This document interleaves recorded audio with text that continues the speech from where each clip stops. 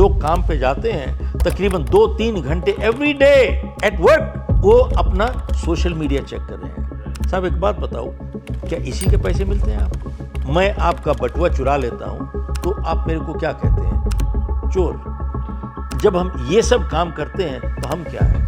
चोर। मैं सारी जिंदगी फेल होता चला गया और सारी दुनिया को दोषी ठहराता गया। ये नहीं सोचा कि मैं ही अपनी सबसे बड़ी समस्या खुद ही था। आपकी कहानियां जो है बहुत मोटिवेशनल हैं और प्रेरणा देती हैं लोगों को।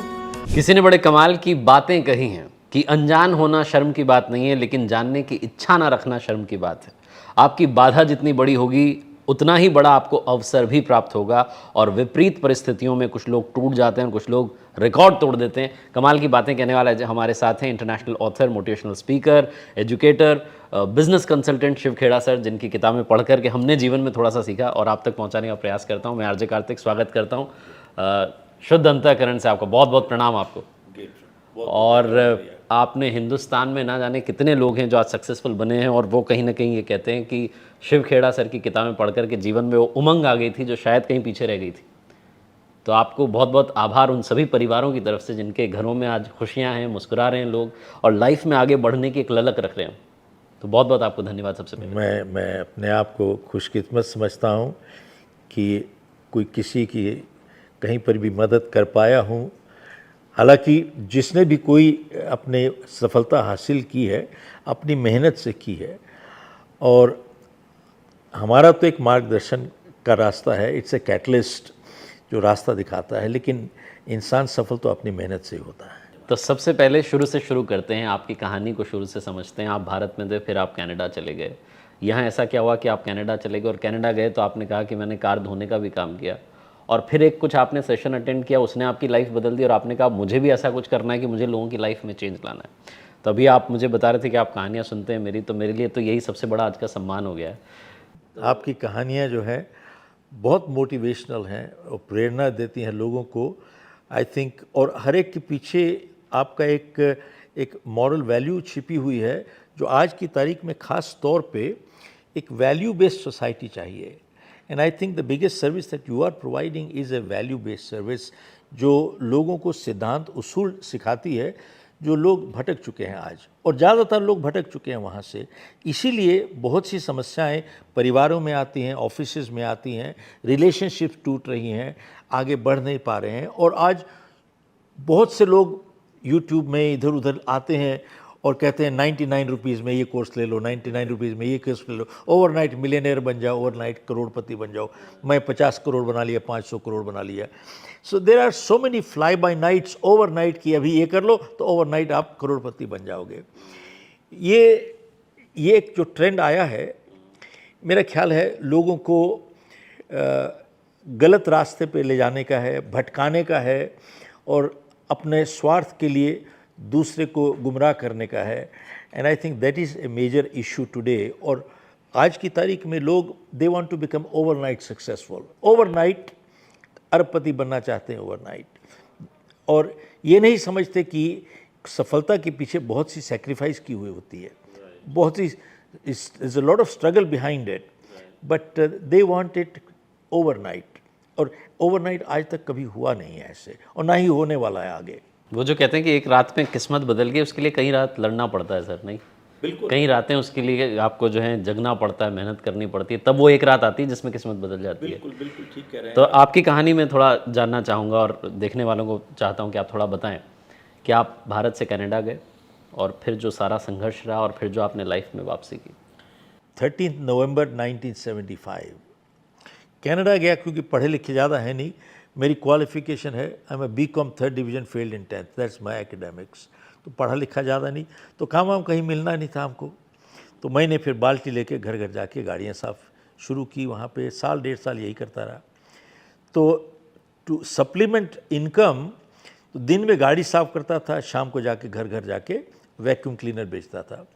तो वहाँ से मेरी शुरुआत हुई।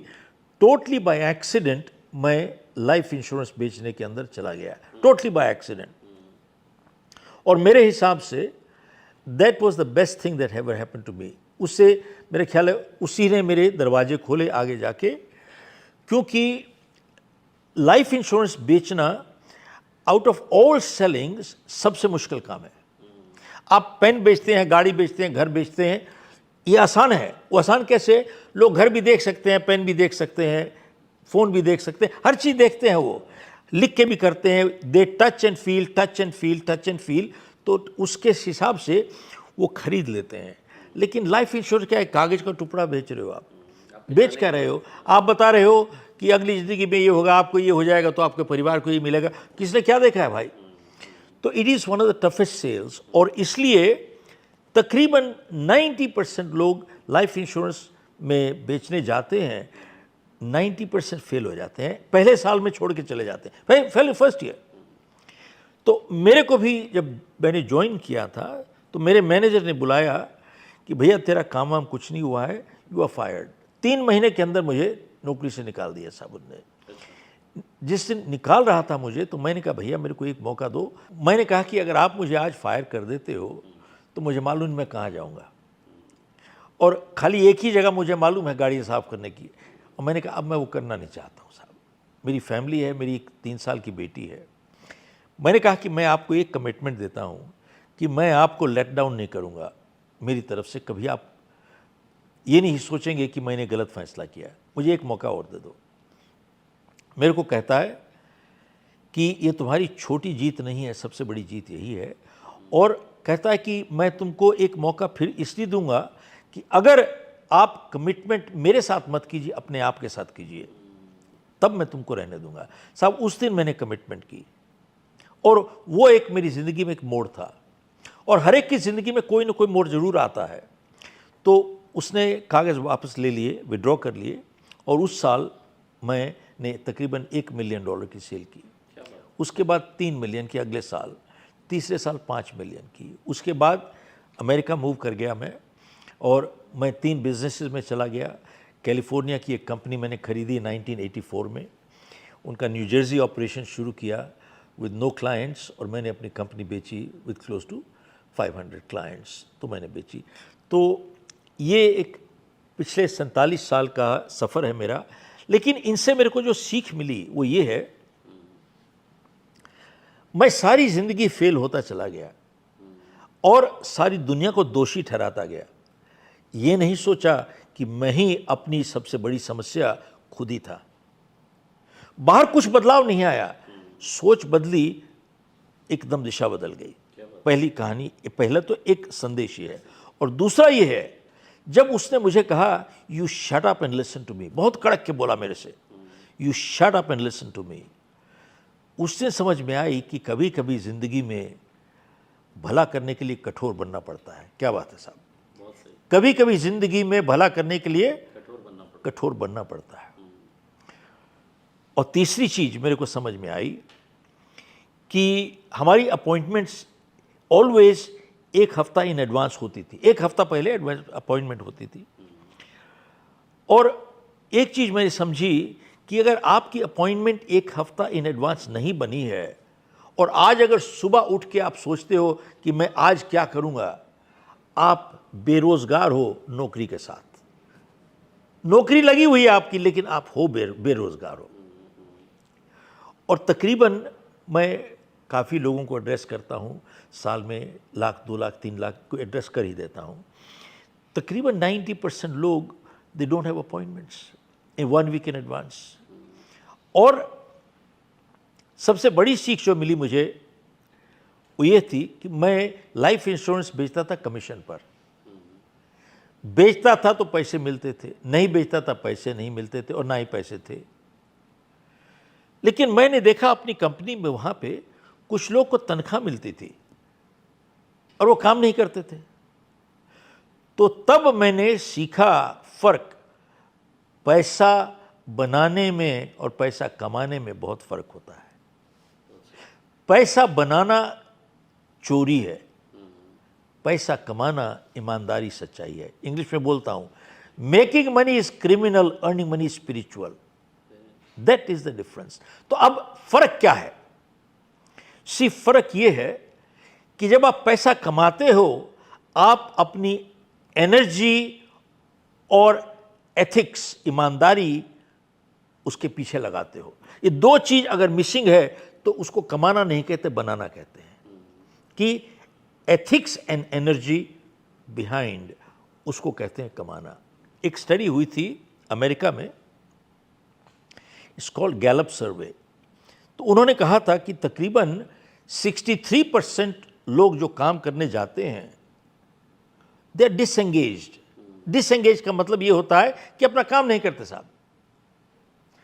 और an additional 24% are actively disengage. इसका मतलब क्या है? वो ना खुद करते ना दूसरे को करने देते हैं। तो रह क्या गया? सिर्फ 13% लोग जो काम करने जाते हैं ईमानदारी से काम करते, only 13%। Tell me, is this not a integrity issue? ये ईमानदारी है कि नहीं है? इशू को कहते हैं इसी तनख्वाह बिना काम के चोरी के समान है। ऐसा है, आज की तारीख में हम लोगों को ये सिद्धांत और उसूल वापस लाने पड़ेंगे। और उसी स्टडी ने एक और बताया था कि विद सोशल मीडिया लोग काम पे जाते हैं तकरीबन 2-3 घंटे एवरी डे एट वर्क, वो अपना सोशल मीडिया चेक कर रहे हैं। साहब एक बात बताओ, क्या इसी के पैसे मिलते हैं आपको? यही सोचिए, इससे पैसे मिलते हैं और टाइम खराब कर रहे हैं। देखिए, मैं आपका बटुआ चुरा लेता हूं तो आप मेरे को क्या कहते हैं? चोर। जब हम ये सब काम करते हैं तो हम क्या हैं? चोर। लेकिन बहुत सारे लोगों को सर ऐसा लगता है कि मेरी कंपनी जो है उसकी पॉलिसी सही नहीं है, मेरा बॉस जो है उसको मुझसे कम आता है, फिर भी मेरा बॉस बन गया है। ये बहुत सारे लोगों को लगता है और इसीलिए उन्होंने ये जो आप कह रहे हो कि उनके अंदर ये एक सोच बन चुकी है कि मुझे ऑफिस जा करके फ़ोन चलाना है, वैसे भी सैलरी बढ़नी नहीं है।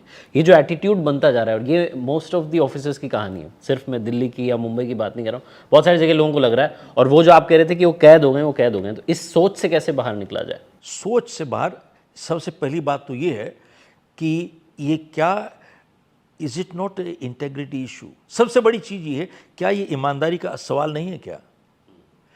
अगर आपका बॉस है, यार तू बॉस बन जा, तू करके दिखा दे मेरे को काम, खुद नहीं कर पाएगा, दूसरे में नुक्स निकालेगा।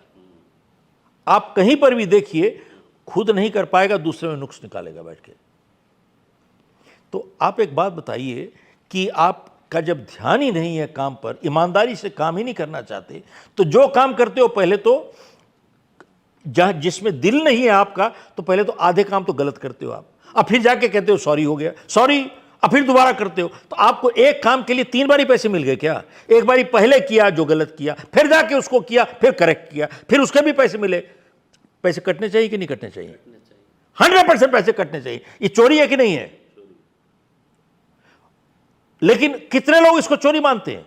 कहते नहीं गलती हो गई, सॉरी, आपकी सॉरी हो गई, उसने उसी काम के 3 बारी पैसे दिए।